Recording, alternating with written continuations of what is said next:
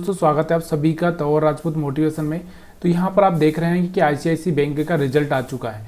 आप यहाँ पर आपको दिखाई दे रहा होगा कि यहाँ पर Q4 का इनका जो भी है यहाँ पर अपडेट आया हुआ। देखो यहाँ से ये सब न्यूज़ यहाँ पर चल रही है, वही न्यूज़ का एनालिसिस हम इस वीडियो में करेंगे। इसके बाद आपको क्या करना चाहिए, अगर आ गई है न्यूज़, रिजल्ट आ गया तो उसके बाद आपको स्टॉक पर क्या करना चाहिए, वही सारी बातें मैं आपको यहाँ पर बताने वाला हूँ। तो सबसे पहले हम इसके चार्ट को रीड करते हैं। देखो आईसीआईसी बैंक का चार्ट अगर आप देखना चाहते हैं तो यहाँ पर देखो किस तरह से चार्ट बना हुआ है। इसका मंथली चार्ट देखो, यहाँ से मैंने मंथली टाइम फ्रेम लगा के रखा है और मैं ये बताना चाहता हूँ कि आपको कहाँ पर इस तरह से एक अच्छा सा मौका यहाँ पर देखा जा सकता है। देखो टेक्निकल टर्म में अगर मैं बताऊँ तो जब भी हाई ब्रेक किया है, वापस ऊपर गया, फिर एक सपोर्ट के आसपास आता हुआ यहाँ से फिर से यहाँ से ऊपर चला है, फिर ऊपर गया, फिर थोड़ा नीचे आया, फिर ऊपर गया, थोड़ा नीचे आया।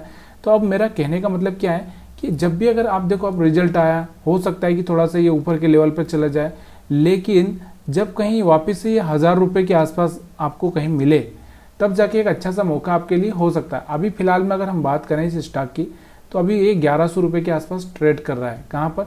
1100 के आसपास ट्रेड कर रहा है। तो जब ये 1000 रुपये के आसपास अगर आपको मिल जाए तो यहाँ पर क्या होगा, 10% का आप कम से कम फायदा हो जाएगा। 10% फायदा होगा तो आप 10% नीचे लेंगे तो यहाँ से बेटर होगा। तो ये चीज़ें आपको यहाँ पर देखने को मिल रही है। लेकिन अगर हम इसके रिजल्ट को एनालिसिस करें तो चलिए यहाँ पर रिजल्ट को एनालिसिस कर लेते हैं हम लोग। तो यहाँ से आप देखोगे तो यहाँ पर आप देखो कि यहाँ से मैंने लगा रखा है, यहाँ से पूरे इसका यहाँ से क्वार्टरली रिजल्ट देख रहे हैं हम लोग। तो यहाँ से जो नेट प्रॉफिट हुआ, यहाँ से अगर आपको नेट प्रॉफिट दिख रहा होगा तो यहाँ से आपको दिख रहा होगा 10,708 करोड़, मतलब 708 करोड़ का कुछ यहाँ पर 1 करोड़ का आगे पीछे है। तो यहाँ से ये क्या हुआ, मार्च का रिजल्ट है।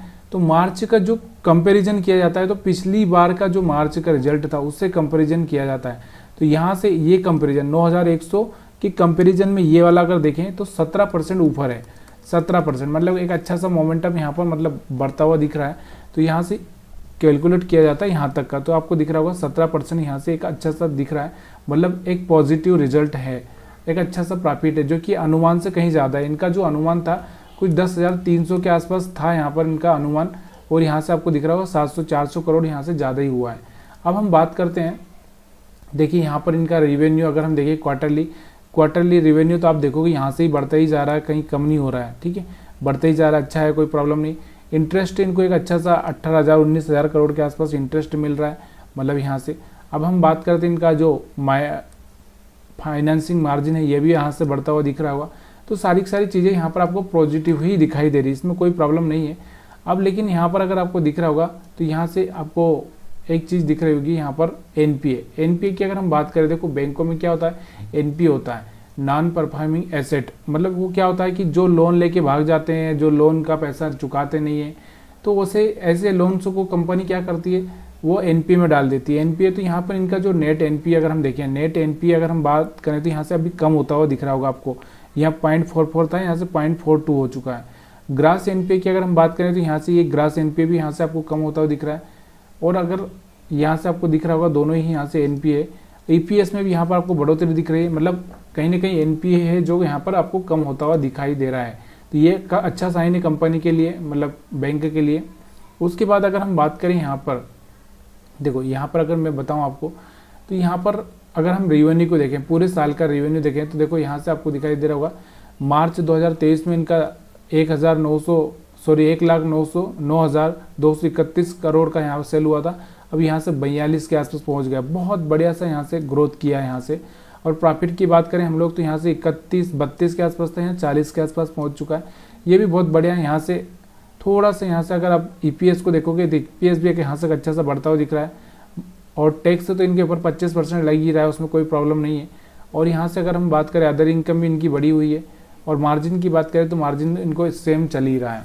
तो यहाँ पर एक सेल्स भी अच्छी हो रही है इनकी, मतलब कहीं ना कहीं एक अच्छा सा बैंक में एक अच्छा सा साइन है, बैंक अच्छा सा काम कर रही है, अच्छा पैसा यहाँ पर आपको दिखाई दे रहा होगा। अब हम बात करें इनकी उधारी की, देखो उधारी भी यहाँ पर आपको दिख रहा होगा, धीरे धीरे इनकी उधारी, मतलब इनकी 11,71,000 करोड़ के आसपास यहाँ पर आपको दिख रही होगी। तो यहाँ से कहीं ना कहीं उधारी 13 लाख इनकी उधारी, मतलब 13 लाख करोड़ की बात कर रहा हूँ मैं। तो यहाँ पर कहीं ना कहीं इनकी उधारी भी यहाँ पर आपको दिख रही है, ये भी बढ़ती हुई दिख रही है। और देखो ये तो बैंक है, बैंक में तो यही चलता रहता है, लेना देना चलता रहता है, तो यहाँ से ये तो चलेगा ही सही। उसके बाद हम बात करते हैं कैश फ्लो की। तो यहाँ से अगर कैश फ्लो देखें तो यहाँ पर आपको दिखाई दे रहा होगा, अभी तो कैश फ्लो अपडेट नहीं हुआ, पिछले मार्च में इनके पास में माइनस में था, तो अभी यहाँ पर आपको दिख रहा होगा अपडेट नहीं हुआ। तो यहाँ से अपडेट होगा तो हम बात करेंगे कभी, फिर दूसरी बार जब देखेंगे। तो यहाँ से अगर हम बात करें और भी यहाँ से इनका जो शेयर होल्डिंग पैटर्न है, शेयर होल्डिंग पैटर्न की अगर हम बात करें तो यहाँ से आप देखोगे 44-45% किसके पास, एफआई के पास, डीआई के पास यहाँ पे 45%, गवर्नमेंट के पास बहुत कम है, पब्लिक के पास भी बहुत कम है। मतलब एक अच्छा सा जो चाहिए बैंक, मतलब किसी भी स्टॉक में इन्वेस्टमेंट करने के लिए, वो सारी चीज़ें यहाँ पर फुलफिल हो रही है।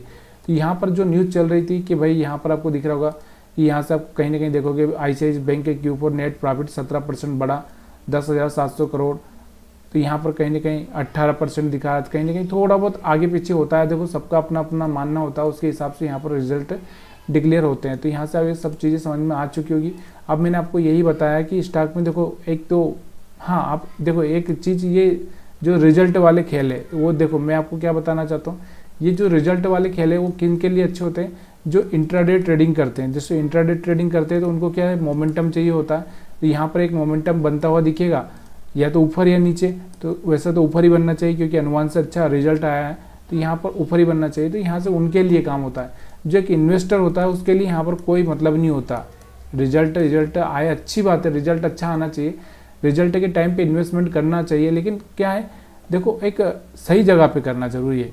कहीं ना कहीं देखो यहाँ से आपको दिख रहा होगा ये हाई ब्रेक किया था, वापस से नीचे आया था, तो ये हाँ ये वाली जगह पे एक अच्छा सा था, और वापस से इसने हाई ब्रेक किया, थोड़ा सा नीचे की साइड में आएगा टेक्निकली, तो हम यहाँ पर बाइंग का प्लान कर सकते हैं। डेली टाइम फ्रेम में अगर हम देखते हैं इसको, तो यहाँ पर आपको दिखाई दे रहा होगा, डेली टाइम फ्रेम में आपको दिख रहा होगा, तो यहाँ से एक हायर हाई ब्रेक करता हुआ आपको दिखाई दे रहा है, लेकिन इसके ऊपर क्लोजिंग नहीं दी है। हो सकता है मंडे को यहाँ पर क्लोजिंग दे दे। तो ये सब चीज़ें आपको देखनी है, लेकिन वो मैं एक ही चीज़ बोल रहा हूँ कि वो इंट्राडे के लिए है। और इस बार यहाँ से एक रेजिस्टेंस ब्रेक कर देगा ये, तो यहाँ से फिर एक अच्छा सा मोमेंटम आपको आगे दिखाई देगा। वीडियो अच्छा लगा हो तो लाइक शेयर कमेंट करना मत भूलिएगा। वीडियो देखने के लिए आप सभी का बहुत बहुत धन्यवाद।